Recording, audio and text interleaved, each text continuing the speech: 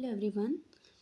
आज हम करने जा रहे हैं degrees of elasticities of demand. Before I start degrees of elasticities of demand, I want to explain the meaning of elasticity of demand.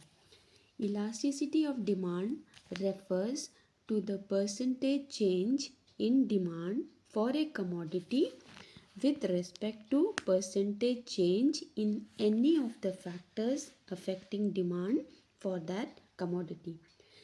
Elasticity of demand मतलब कि demand में चेंज जो आता है, कितना परसेंटेज चेंज हो रहा है with respect to change in any of the factors affecting demand for that commodity. अब फैक्टर्स अफेक्टिंग डिमांड बहुत से हैं, जैसे प्राइस ऑफ द कमोडिटी या फिर any other factors affecting demand, जैसे हो सकता है price of related goods, income of the consumer etcetera. तो it refers to the percentage change in demand for a commodity with respect to percentage change in any of the factors. जैसे हम कह सकते हैं कि अगर प्राइस में changes आता है तो उसका इफ़ेक्ट डिमांड पर कितना हो रहा है, कम हो रहा है या ज़्यादा हो रहा है. तो that is called as elasticity of demand. अब यहाँ पे एक बात बता दूँ कि सिर्फ इलास्टिसिटी ऑफ डिमांड और प्राइस इलास्टिसिटी ऑफ डिमांड में अंतर है. प्राइस इलास्टिसिटी ऑफ डिमांड में क्या चेंजेस हो रहा है, only due to change in price of the given commodity. लेकिन सिर्फ इलास्टिसिटी ऑफ डिमांड अगर पूछा गया है तो उसमें प्राइस और बाकी के फैक्टर्स अफेक्टिंग डिमांड भी इंक्लूड होते हैं. Now, meaning of price elasticity of demand. Price elasticity of demand means the degree of responsiveness of demand for a commodity with reference to change in the price of such commodity. तो यहाँ सिर्फ price के वजह से demand में कितना changes आ रहा है. डिग्री ऑफ रेस्पॉन्सिवनेस का मतलब होता है एक्सटेंट ऑफ चेंज, मतलब डिमांड में कम चेंजेस आ रहे हैं या ज़्यादा due to price of the given commodity. Given commodity मतलब the same commodity. Now there are different types of degrees of elasticity of demand. पहला है perfectly elastic demand, then perfectly inelastic demand, highly elastic demand, less elastic demand and unitary elastic demand. अब ये सारा diagram के साथ मैं यहाँ समझा रही हूँ. पहला है perfectly elastic demand. Perfectly elastic demand जैसे कि यहाँ देख रहे हैं, यहाँ प्राइस बिल्कुल चेंज नहीं हो रहा है, प्राइस रिमेन्स कांस्टेंट, लेकिन डिमांड या तो बढ़ रहा है या घट रहा है. So we can see the price remains same but demand is changing. Now this is an imaginary situation, ऐसा होता नहीं है, just for the sake of comparison it has been explain. Now in this we see that DD, that is the demand curve, is the horizontal straight line parallel to x-axis. Slight rise in price, if there is slight rise in price, demand may decrease, और if there is a slight fall in price, demand may increase to infinity. तो ये एक imaginary situation है. इसको आसानी से समझने के लिए एक बात ध्यान में रखें कि प्राइस कांस्टेंट रहता है, डिमांड बढ़ सकता है या घट सकता है. So price remains same, quantity demanded में इंक्रीज और decrease. Then perfectly inelastic demand. अच्छा, इसमें ये ED is equal to infinity. Then perfectly inelastic demand, यहाँ पे डिमांड देख सकते हैं, demand curve is a vertical straight line parallel to y axis.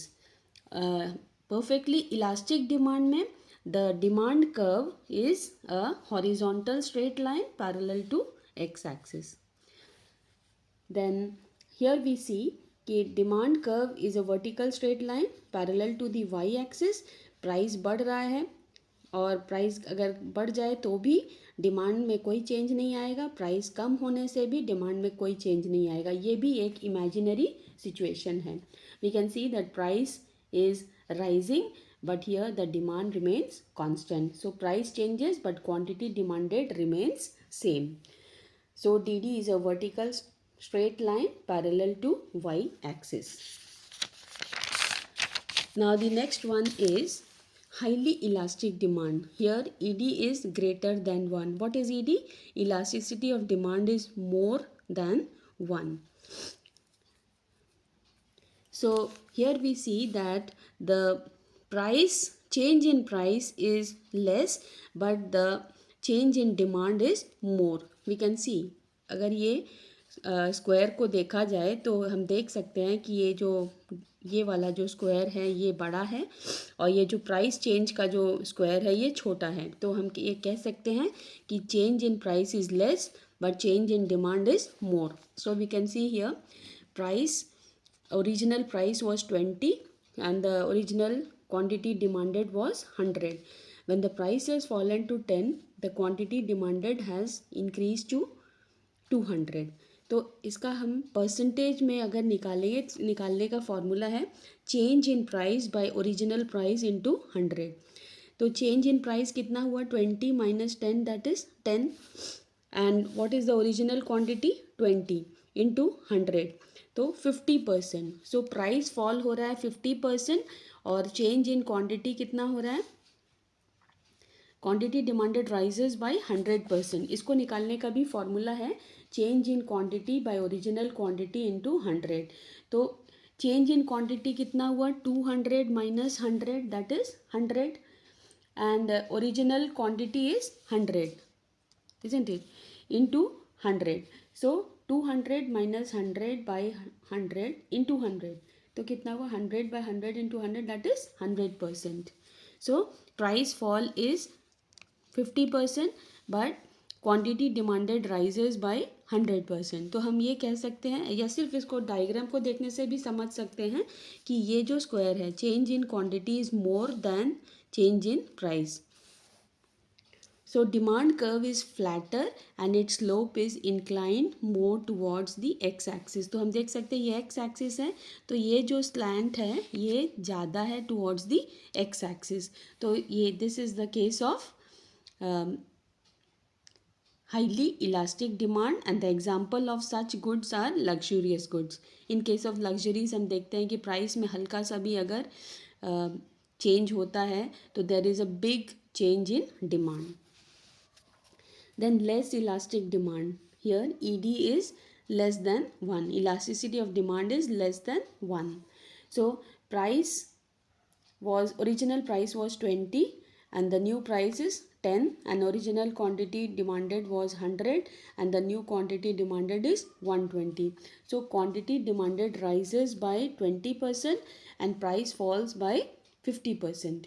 तो हम देख सकते हैं कि यहाँ पे प्राइस चेंज ज़्यादा है लेकिन क्वांटिटी डिमांडेड कम हो रहा है उसका परसेंटेज कम है.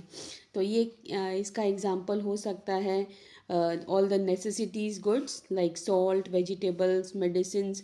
इसमें अगर प्राइस में बहुत ज़्यादा भी अगर फॉल हो जाए तो भी जो क्वांटिटी डिमांडेड में ज़्यादा फ़र्क नहीं होता है. So demand curve is steeper and its slope is more inclined towards the y axis. तो हम देख सकते हैं ये बहुत steep demand curve है and this is the example of necessities goods. Then unitary elastic demand. ED is equal to 1 मतलब change in price is equal to change in demand. So here we see that original price was 20, new price is 10. Quantity demanded was 100 original and new quantity demanded is 150. So quantity demanded rises by 50% if the price falls by 50%. So demand curve is a rectangular hyperbola that is the change in price is equal to change in demand. So demand curve is a rectangular hyperbola. Rectangular hyperbola का मतलब ये है कि ये जो area है under the demand curve the size of this square will be equal to the size of the other square. मतलब ये square the change in price is equal to the change in quantity. And the example of such commodities are comforts like scooter, refrigerator, etc. Those commodities which make our life comfortable. Thank you.